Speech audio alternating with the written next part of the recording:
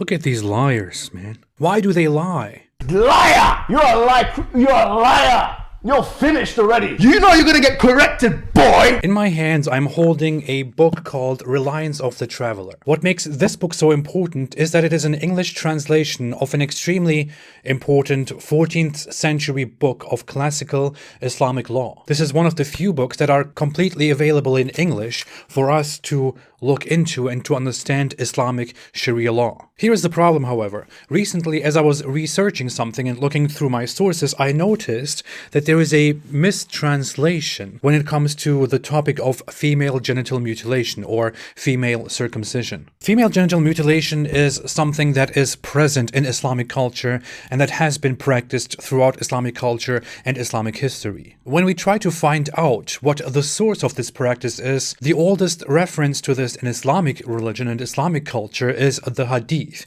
Muhammad himself. Muhammad and many other of his companions are reported to have said, when the circumcised part passes the circumcised part, ghusl, the ritual washing, is obligatory. The question is, when should people be obligated to wash themselves completely, to attain a state of purity? So the clarification was then made: if the circumcised part of the man passes the circumcised part of the woman, then washing is necessary. So what we understand from this is that both the man and the woman are circumcised. We don't further see the details, and we don't understand the instructions regarding the details of female circumcision in these hadiths. We only see once that somebody is circumcising a little girl, and Muhammad says, don't cut too severely. That's it. So when it comes to how female circumcision is practiced, we have to look at Islamic scholarly texts. And one of those, a very important one,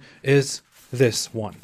Unfortunately, this one was translated by a Muslim convert scholar who calls himself Nuhamim Keller, and he mistranslates this part. Under purification of the body, in E4.3, it says, circumcision is obligatory. The further commentary says, for both men and women. For men, it consists of removing the prepuce from the penis, and for women, removing the prepuce, Arabic badr, of the clitoris. The translator, Mr. Keller, then adds, not the clitoris itself, as some mistakenly assert. Further commentary by the scholars says, Hanbalis hold that circumcision of women is not obligatory but sunnah, while Hanafis consider it a mere courtesy to the husband. Looking at this text, you could understand that when girls are circumcised, only the hood of the clitoris should be removed and not the clitoris itself, which is devastating, very dangerous, and which removes a woman's ability to feel pleasure. Unfortunately, this is pure deception, because the translator, Nuhamim Keller, is not really translating the text. He's tweaking it. Because in the original Arabic text, it does not say removing the prepuce or the hood or the cover of the clitoris. In the text, it literally just says, for women, removing the clitoris. This word badr, which he for some reason translates as prepuce of the clitoris, does not mean prepuce of the clitoris, it means clitoris. And this can be confirmed by looking at multiple different dictionaries of Arabic. So the text, which Nuhamim Keller is supposed to accurately translate to us into English, only says, and for women, removing the clitoris. But apparently, Mr. Nuhamim Keller, who is still alive today, and who translates this text into English for Western audiences, deliberately changes this text, and even on top of it, lies about it.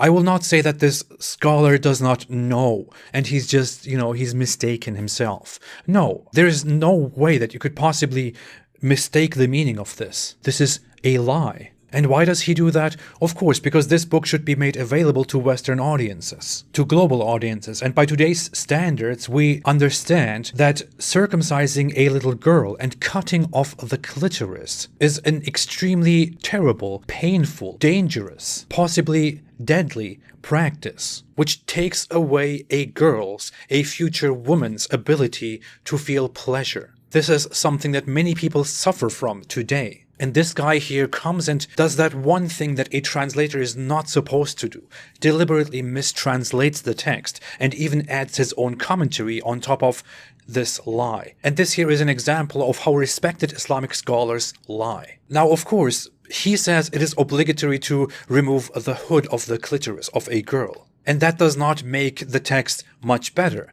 because removing the hood of a clitoris of a girl, or cutting it, is also called female genital mutilation. It is a non-medical, unnecessary intervention into a little girl's body for no proper reason, and there are risks to it, which is why this is called female genital mutilation. So even the lie of this Muslim scholar does not really make the text that much better. But if we take the text as it is, and we are talking about removing the clitoris, then that is much more horrific, much more inhuman, much more dangerous. Many scholars in Islam agree that female genital mutilation is obligatory, or that it is sunnah, recommended in accordance with Muhammad's tradition, or that it is an honorable practice, which is why, according to the four schools of Sunni Islamic law, in the Shafi school, which this book belongs to, it is obligatory. The Malikis hold that it is obligatory or recommended. There are differences. The Hanbalis hold that it is recommended, it is good,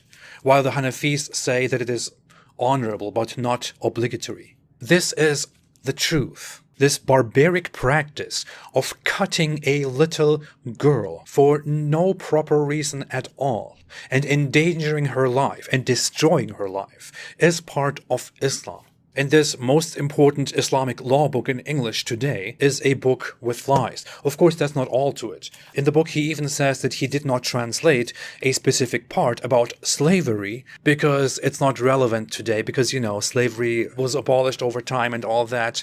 That's not what a translator is supposed to do. A translator is supposed to translate a text, not pick out good parts and bad parts and not translate some that he doesn't find suitable right now for his audience. And the part that he left untranslated says stuff like that if you have a child with your female servant, then that child will become a free person and so on. So it very much explains how you treat your slaves, including your female slaves that you have sex with.